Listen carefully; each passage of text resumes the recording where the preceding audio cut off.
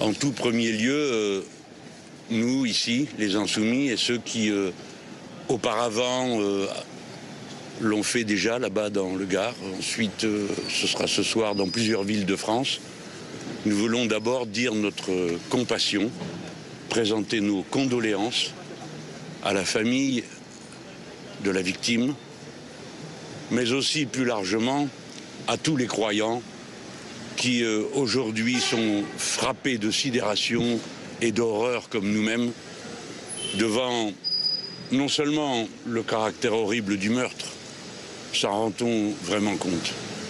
Un homme croit qu'il est en train d'apprendre à l'autre comment prier, et celui à qui il l'enseigne est en réalité quelqu'un qui a organisé de longue main un crime lâche qui va consister à le frapper jusqu'à le tuer.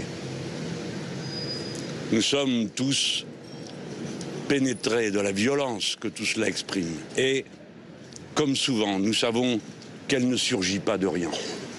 Dans notre pays, une ambiance, un climat islamophobe a été entretenu, cultivé des mois durant. Et chacun, jusqu'au plus officiel, s'est senti autorisé à faire des déclarations dont sans doute peut-être il ne mesurait pas toute la portée et toute la violence pour ceux qui avaient à la subir. Lorsque, par exemple, quand le ministre de l'Intérieur, dans une réunion, dit « à bas le voile », imagine-t-on que quelqu'un ait crié « à bas les crucifix », que quelqu'un ait crié je ne sais quoi contre je ne sais quelle religion. Et ces paroles ont produit, comme des semailles vénéneuses, les fruits qui ne pouvaient immanquablement qu'en résulter. Je dis bien immanquablement, car lorsqu'on entretient une telle ambiance, on ne doit pas s'attendre à autre chose que les esprits les plus dérangés y trouvent une justification pour leurs actes. Mais voyez-vous, il est temps de dire à tous ceux qui, de bonne foi, hésitent parfois sur les mots, que ce qui s'est passé est qualifié par nous d'islamophobe parce que c'est au-delà de la haine de l'islam. C'est au-delà d'une critique de la religion. C'est un acte qui, par définition, déshumanise celui contre lequel il est mené. L'islamophobie déshumanise ce qu'elle vise. Et dès lors, elle est une incitation, une invitation à tous les débordements, toutes les violences, jusqu'au meurtre. Les mots construisent l'univers mental d'une nation, d'un peuple. Et nous croyons, nous, depuis le début, après avoir, comme d'autres, hésité, réfléchi, que le mot islamophobie répond à un besoin dont la lutte est conditionnée. Pourquoi ? Parce que les grands périls, les grands défis s'affaiblissent quand ils sont correctement reconnus. Ce n'est donc pas une bataille pour des mots, c'est une invitation à la réflexion la plus profonde, la plus sérieuse que chacun, quelles que soient ses opinions politiques ou religieuses, doit mener. Pourquoi ? Parce qu'au bout du compte, il s'agit de l'unité du peuple français. Il s'agit de la possibilité de vivre tous ensemble, quelle que soit sa nationalité, quelle que soit sa religion, quel que soit son genre, et de faire en sorte que chacun puisse accéder à la part de bonheur qu'il peut attendre de la vie. Rien d'autre. Si bien que notre message est adressé en fraternité à tous les croyants. Nous serons, nous, les Insoumis, le rempart contre tous les racismes, toutes les formes de violence contre la liberté du culte, la liberté de la conscience, ni plus ni moins. Mais que la raison politique, pas un seul instant, ne fasse oublier l'horreur du meurtre. Ah non, maintenant, ça suffit. Une mosquée qui brûle la veille du Ramadan, des gens brutalisés dans la rue, et maintenant nous voici à un assassinat dans une mosquée. Il est temps de se ressaisir, Français. Il est temps de se ressaisir. Faites cesser ça. Tendez la main. Aimez. Apprenez à respecter les musulmans qui ne vous ont fait aucun mal et ne vous en feront jamais.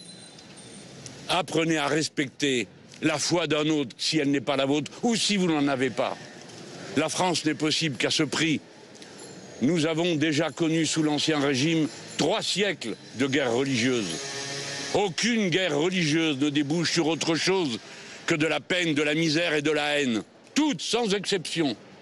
Il faut se ressaisir, il faut nommer les choses avec précision et engager le combat. Sans faux semblant, sans faux fuyant. Voilà ce moment. Nous allons demander à l'Assemblée nationale, par la voix des députés insoumis, et partout où nous sommes, qu'on marque la gravité de cet instant. Non qu'un seuil ne soit pas vraiment franchi, où que ce soit, dans toutes les assemblées et partout où nous nous réunissons. Il faut marquer le temps de la minute de silence, qui est une minute de fraternité républicaine et d'amour humain. Le recteur de la Grande Mosquée de Lyon, Pardon ? Qu'est-ce que vous dites du silence retentissant qu'il y a dans la classe politique depuis vendredi matin ? Il me désole. C'est peut-être le fait d'une insuffisante conscience des enjeux. Voyez-vous, il arrive que des dirigeants soient incapables de comprendre une situation et sa gravité. Et je crois que c'est ce qui est en train de se passer. Que le ministre de l'Intérieur ne se soit pas précipité sur place est incompréhensible. Qu'il faille que les heures passent et que les gens se regardent entre eux en se disant « on nous a abandonnés, on peut donc tout nous faire », c'est terrible comme ressentiment. Et nous tous qui sommes mêlés, que ce soit comme journalistes ou comme militants politiques, à la chose publique, il ne faut pas que nous oublions ça, cette vérité humaine. Comme ce serait terrible que quiconque dans ce pays pense qu'il est abandonné et qu'on peut le tuer ou qu'on peut le faire misérer sans qu'il y ait de réponse. Alors je ne veux pas ajouter à leur désarroi. Mais vous devinez à quel point cela nous trouble et nous choque tous autant que nous sommes. C'est pourquoi j'ai un peu élevé la voix en concluant mon intervention. Pour dire que ça suffit. Maintenant, il faut s'engager, mettre un pied en avant et dire ce qui doit être dit. Quelque chose d'autre ? Oui. Le recteur de la Grande Mosquée de Lyon disait hier « la vie des musulmans est en danger partout en France ». Vous êtes d'accord avec ces propos ? Je pense qu'il a de bons outils pour l'apprécier. Nous-mêmes, nous en avons. Nous sommes en effet saisis d'une certaine forme d'aggravation du niveau de violence contre les musulmans. Et le fait est que c'est bien ce qu'on vient de voir.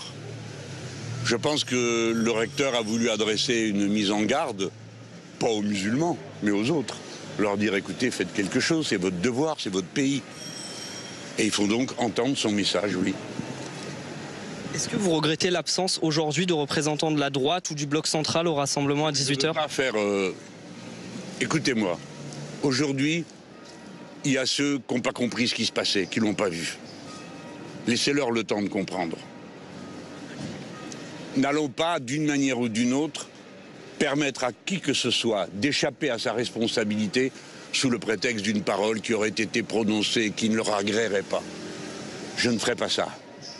Tout le monde est au pied du mur, de droite, de gauche, croyant, incroyant. Tout le monde est au pied du mur. Chaque personne, individuellement, peut avoir une action.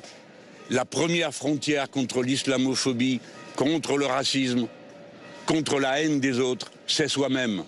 Si l'on n'accepte pas de relayer les mauvaises plaisanteries, si l'on n'accepte pas de relayer les mauvaises paroles qui font du mal et qui incitent les plus dérangés à aller au bout de leur dérangement, tout le monde est au pied du mur. Ce dont il est question, c'est de l'unité de ceux qui vivent dans ce pays. Il faut que tout le monde le comprenne. La France a déjà traversé des épreuves terribles dans ce domaine. Au moins, tirez-en la leçon. La meilleure des gardes, la meilleure des garanties que nous avons, c'est nous-mêmes. Et si nous ne faisons rien, ceux qui regardent ailleurs sont nécessairement des complices, même s'ils ne le veulent pas.